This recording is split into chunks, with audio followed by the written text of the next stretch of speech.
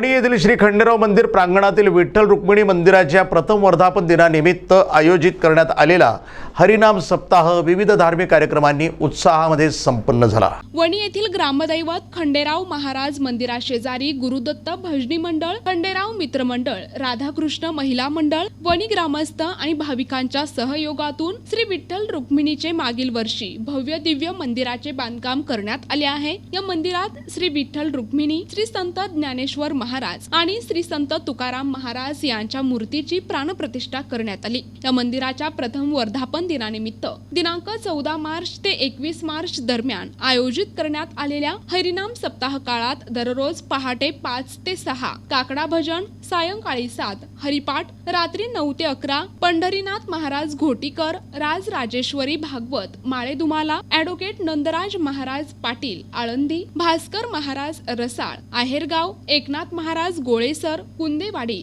निवृत्ती महाराज रायते खडक माळेगाव, निवृत्ती महाराज चव्हाण येवला अशा नामवंत कीर्तनकारांचे कीर्तन संपन्न झाले। दिनांक 21 मार्च रोजी योगेश महाराज जाधव यांचे काल्याचे कीर्तन आणि दहीहंडी फोडून महाप्रसादाचा कार्यक्रम संपन्न होऊन सप्ताहाची सांगता झाली। यावेळी हरिनाम सप्ताहातील कीर्तनाचा पंचक्रोशीतील भाविकांनी लाभ घेतला।